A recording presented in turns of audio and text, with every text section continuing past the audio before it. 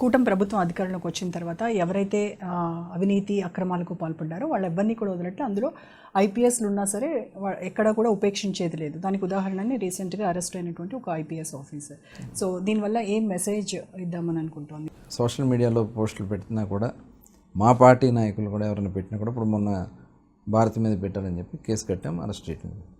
అంటే ఎంత ట్రాన్స్పరెంట్గా కూడా మనం ఏది చేసినా అలాగే ఉండాలి, ఆడబిడ్డలకు గౌరవించాలి. అలాగే ఇట్లా ఈ రకమైనటువంటి తప్పుడు పోస్టులు పెట్టే వాళ్ళని ఎవరినైనా సరే ఏ పార్టీ అయినా సరే కఠినంగా ఉండాలి. ప్లస్ ఇలాంటివి ఏదైతే ఆడబిడ్డల మీద చేస్తున్నటువంటి కొన్ని జరుగుతూ ఉన్నాయి ఆ ఇన్సిడెంట్ని ఖచ్చితంగా చాలా సీరియస్గా తీసుకోవడం జరుగుతుంది. ప్లస్ ఎవరైతే గతంలో తప్పులు చేశారో వాళ్ళని ఎట్టి పరిస్థితుల్లో ఉపేక్షించకూడదు అనేది మేము పెట్టుకున్నటువంటి నిర్ణయం. ఓకే, ఎక్సైజ్ అండ్ మైనింగ్ 2 శాఖలకు మీరు మంత్రిగా పనిచేస్తున్నారు. గతంలో జగన్ హయాంలో ఈ 2 శాఖల మీద ఎక్కువగా అవినీతి జరిగింది అని ఆరోపణలు ఉన్నాయి.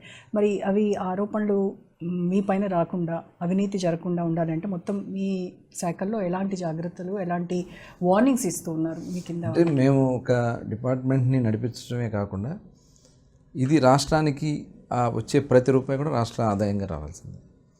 మేము ఆ లక్ష్యంగానే పెట్టుకుని వర్క్ చేస్తున్నాం. అధికారులను కూడా చాలా ఎక్కడికక్కడ కంట్రోల్ చేస్తున్నాం. టోటల్ ట్రాన్స్పరెంట్ పెట్టాం. ఇప్పుడు లిక్కర్లో టోటల్ అంతా కూడా ఆన్లైన్ సిస్టమ్ పెట్టేసాం.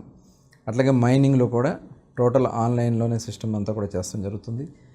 ప్లస్ ఎక్కడా కూడా దీన్ని వాల్యూ ఎడిషన్కి వెళ్ళాలని మేము టార్గెట్ పెట్టుకున్నాం.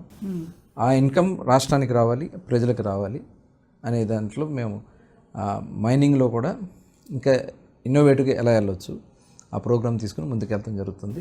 ఎక్కడ కూడా అవినీతికి అయితే తావు లేకుండా చేయాలని లక్ష్యంగా